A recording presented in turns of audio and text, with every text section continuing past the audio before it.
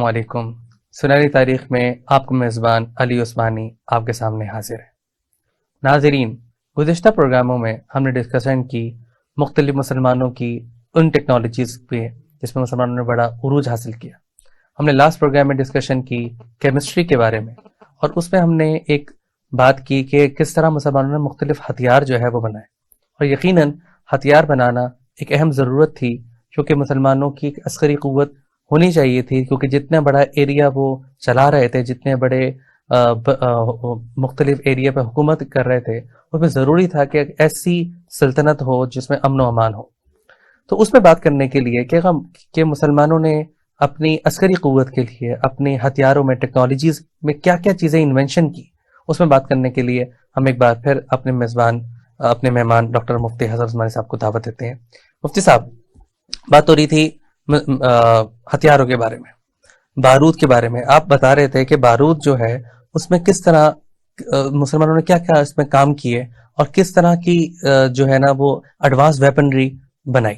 ہتھیاروں سے تو مسلمانوں کا خصوصی لگاؤ رہا دو وجوہات سے. ایک تو اتنی بڑی امپائر کو اگر کنٹرول کرنا ہے تو مسلمانوں کے لیے ضروری تھا کہ وہ ایک بہت پاورفل ملٹری کیری کریں، اور وہ نہ صرف ملٹری سکلز کے لحاظ سے بہت مضبوط ہو بلکہ وہ ٹیکنالوجیز میں بھی اتنی ہی مضبوط ہو.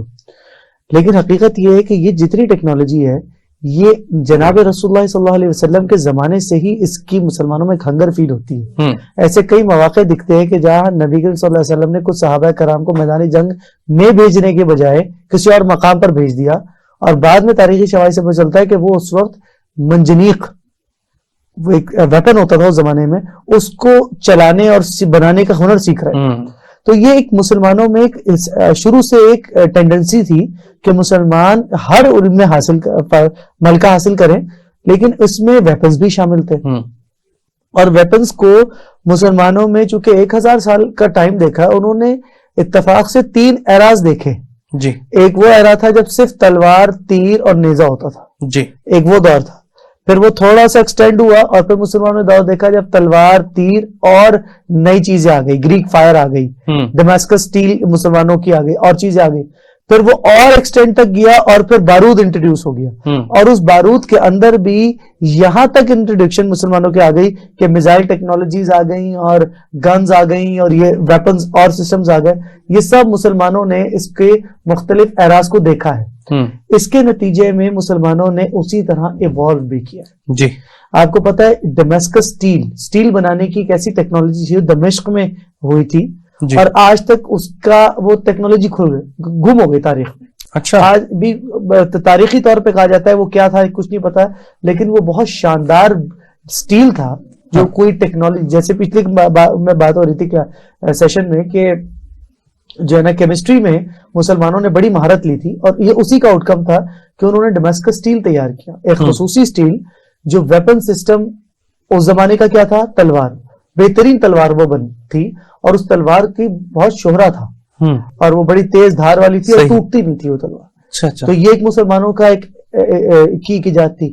پھر ایسی کئی طرح کی آگ ایجاد کی گئی. یہ خاص طور پہ صلاح الدین ایوبی صاحب رحمۃ اللہ علیہ کی جو جنگیں ہیں صلیبی جنگوں میں، اس میں اس کا بہت ذکر ملتا ہے کہ مختلف مواقع پہ ایسی صورتحال ہوئی کہ ایسی آگ تیار کی گئی جس کو پانی بھی نہیں بجھا سکتا تھا. اچھا، یعنی کہ اس کے تھرو وہ پھینکتے ہوں گے نا، وہ گولے بارود پھینکتے تھے. تو اس کو کاؤنٹر کرنے کے لیے کیا کیمسٹری یوز ہوگی، وہ تیار کی گئی. تو یہ ساری چیزیں پیرلل مسلمانوں نے ان سارے سیگمنٹس میں بہت اہم کردار ادا کیا. صحیح ہو گیا. تو میزائل ٹیکنالوجی جو آج کل کی سب سے لیٹسٹ ٹیکنالوجیز ہیں ویپنری میں، اس پہ آج کل کے دور میں تو کام بہت ہو رہا ہے، لیکن کیا مسلمانوں کے دور میں بھی اس پہ کام شروع ہو گیا تھا؟ ایکچولی دیکھا جائے نا تو انسان کی یہ خواہش کہ اس تک دشمن نہ پہنچے لیکن اس کا وار دشمن تک پہنچ جائے، یہ قدیم تمنا ہے. جی. تیر بھی اس کی اسی کی مثال ہے. اچھا، بڑی مشہور جو ڈسپلنڈ آرمی دنیا کی تاریخ میں گزری ہے، میسیڈونین آرمی، سکندر اعظم کی فوج، وہ بھی فیلنس پر ہوتی تھی. ان کے پاس بہت، وہ تلوار وغیرہ کم استعمال کرتے تھے اور بہت لمبے لمبے نیزے ہوا کرتے تھے، جس سے دشمن ان تک اپنے دشمن تک اس سے پہلے کہ وہ پہنچے ان کے نیزے اس تک پہنچ جاتے تھے. تو یہ خود ایک فطری مسلمان کی یا انسان کی تمنا رہی ہے, اور یہی اس کا ایکسٹینڈ تھا کہ پھر انسان نے بارود ایجاد کیا. کہا ہی جاتا ہے کہ بارود جو ہے وہ چائنیز ایجاد ہے, لیکن اس میں مسلمانوں نے بہت اہم کنٹریبیوشن ہے مسلمانوں کا. اور پھر آپ اسی بارود سے ایک فارم تو گولا ہے, توپ کا گولا, کہ وہ بارودی دھماکے سے وہ جائے اور وہ ایک سرٹن ڈسٹینس کو اچیو کرے, یہ بھی تھی. اور ساتھ یہ تھا کہ آپ ویپن سسٹم ہی بنا دیں بارود کا جو دشمن تک پہنچے.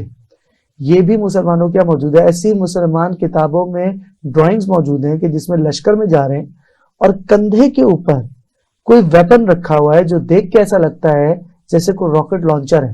اچھا, یعنی اس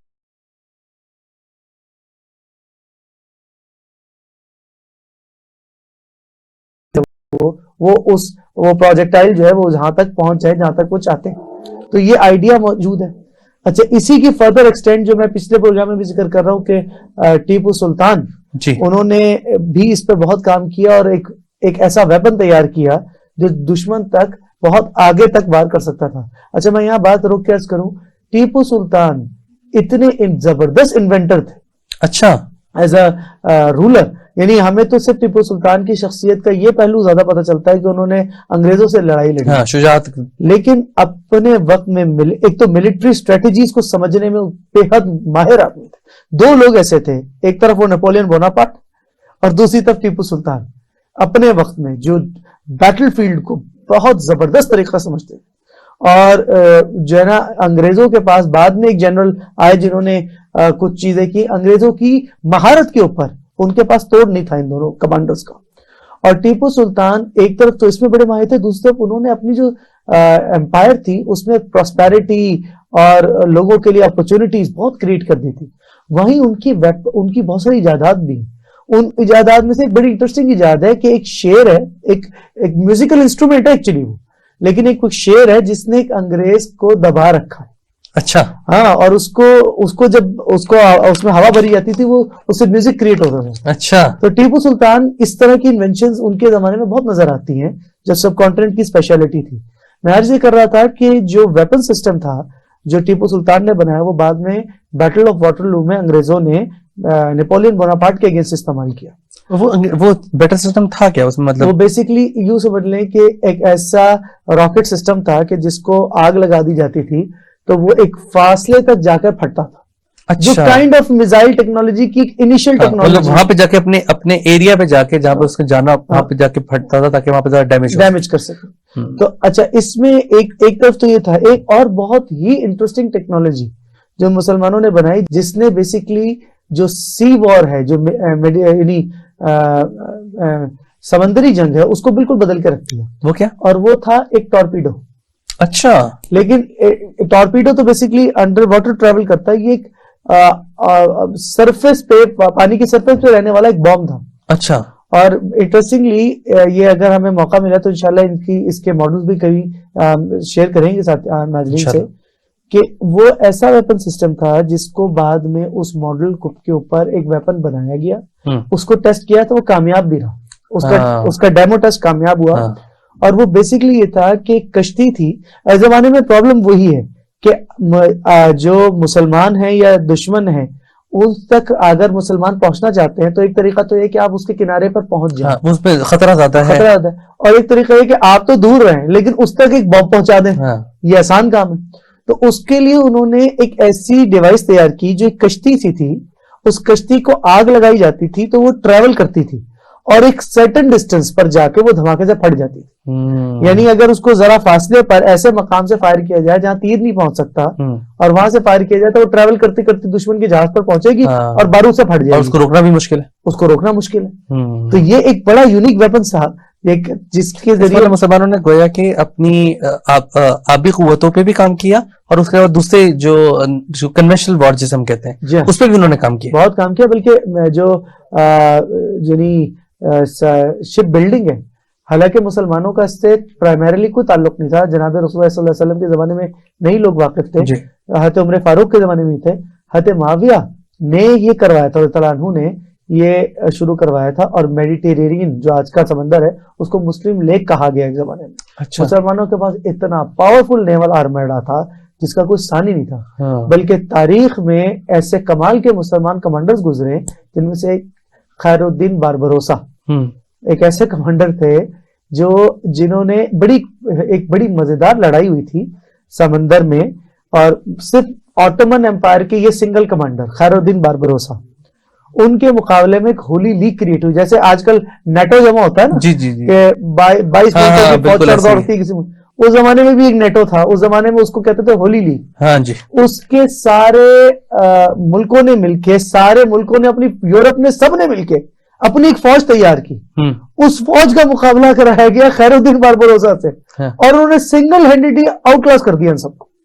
تو وہ بھی ایک تاریخ کا سبق ہے کہ کیا مسلمان عروج تھا. تو یہ جو نیول ایریاز ہے اس میں مسلمانوں کی بڑی زبردست کمانڈ رہی ہے, اور بڑی تاریخی بڑا مزے کا فیکٹر ہے کہ آٹومن امپائر نے سب کانٹیننٹ کے کوسٹل ایریاز میں بھی جنگیں لڑی ہیں, جن میں گجرات بھی شامل ہے. گجرات میں لڑائی ہوئی ہے جو کہ آٹومن امپائر نے لڑی ہے. اچھا. سی ڈومینیشن کنٹرول کرنے کے لیے, کیونکہ جب انہوں نے یہ ایریا ان کے پاس آیا, ریڈ سی کا علاقہ, اور ان کو کنیکٹیوٹی ملی انڈین اوشن سے میڈیٹیرینین کو, تو ان کا انٹرسٹ اس ایریا میں بہت ڈیولپ ہو گیا تھا, اور اس کے لیے انہوں نے بہت ایفرٹ بھی پٹ کی. تو یہ اس لحاظ سے دیکھا جائے تو یہ اس ایریا میں مسلمانوں نے بہت کام کیا ماشاءاللہ. صحیح. تو یہ جو پائریٹس ہیں, پائریٹس کا بھی میرا خیال ہے کہ انہی سے ہی انسپائرڈ ہے نا یہ لوگ, جو پائریٹس انہوں نے بنایا ہے کہ میں اس کو کچھ یقین سے تو نہیں کہہ سکتے, تو اللہ دلوں کے حال جانتے ہیں, لیکن ہمیں جو پائریٹ کا تصور ہے, جو ہمارے بچپن میں جو ہمیں کارٹونز دکھائے جاتے ہیں, وہ عموماً ایسے کارٹون ہوتا ہے جس میں پائریٹ کی لال داڑھی ہے اور وہ بڑا بروٹل ہے. خیر الدین باربروسا کے بعد کی داڑھی لال تھی, تو لگتا ہے ایسے. اچھا, یہ ایک بڑی عجیب سی انفارچونیٹ بات ہے کہ ہر وہ نام, ہر وہ کام جس نے مسلمانوں کی بڑی خدمت کی ہے اور دشمن پر ایک دھاگ بٹھائی ہے, اس کو بعد میں برا بنانے کی پوری کوشش کی گئی ہے. جیسے کہ ہمارے لفظ ہے باربیرینز, ٹھیک ہے, اس کے ایک اوریجن بھی الگ ہے, لیکن ایک اوریجن یہ کہلایا جاتا ہے کہ یہ بربر سے باربیرین ہے. اور بربر میں کون ہے؟ طارق بن زیاد, یوسف بن تاشفین, بڑے بڑے جید علماء مجاہدین تھے, یہ قبائل تھے, اور انہوں نے اسلام قبول کیا. تو یہ اکثر ایسا آپ کو نظر آتا ہے کہ جنہوں نے تاریخ میں بہت کمال کا کردار ادا کیا ہے, دشمن کو آؤٹ کلاس کیا, ان کو نیگیٹو رول میں دکھایا جاتا ہے. بارودی جیکٹس کے بارے میں بھی سنا ہے کہ مسلمانوں کی بڑی انٹرسٹنگ انوینشن تھی. اچھا, یہ کچھ مینیوسکرپٹس ہیں, اس سے ماہرین نے اخذ کیا کہ اس سے یہ مراد ہے ویپن سسٹم. وہ یہ تھی, ایک تھی ہوتی ہے بارودی جیکٹ, ایک ہوتی ہے خودکش جیکٹ. جی. لیکن یہ کچھ عجیب چیز تھی. خودکش جیکٹ میں تو یہ ہوتا ہے نا کہ آپ جا کے دھماکے سے پھٹے, خود بھی مر گئے, دوسرے بھی مر گئے. جی. یہ اور طرح کی جیکٹ تھی, آپ جا کے دھماکے سے پھٹ جاتے تھے, لیکن خود کو کچھ نہیں ہوتا تھا. اچھا. اڑنے والے کو کوئی مسئلہ نہیں ہوتا تھا, اور بلکہ جہاں جس جگہ پہ وہ جاتے تھے اس جگہ پہ جو پھٹتے تھے ان کو نقصان پہنچتا تھا.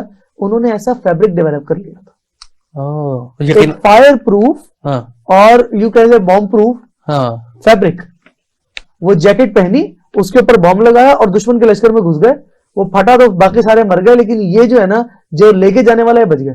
کمال کی بات ہے. ویسے بھی سوچ کے بھی تصور حیرانی ہوتی تھی کہ خودکش دھماکہ, خودکش بیلٹ جو ہے مسلمانوں نے بنائی, کیونکہ وہ تو ویسے مسلمانوں کا نیچر نہیں ہے اس طرح کی. لیکن یہ اور طرح کا ویپن ہے. میں اس سے لنک اس لیے کروں کہ لوگ اس کو زیادہ آسان سمجھتے ہیں. یہ الگ ویپن سسٹم ہے.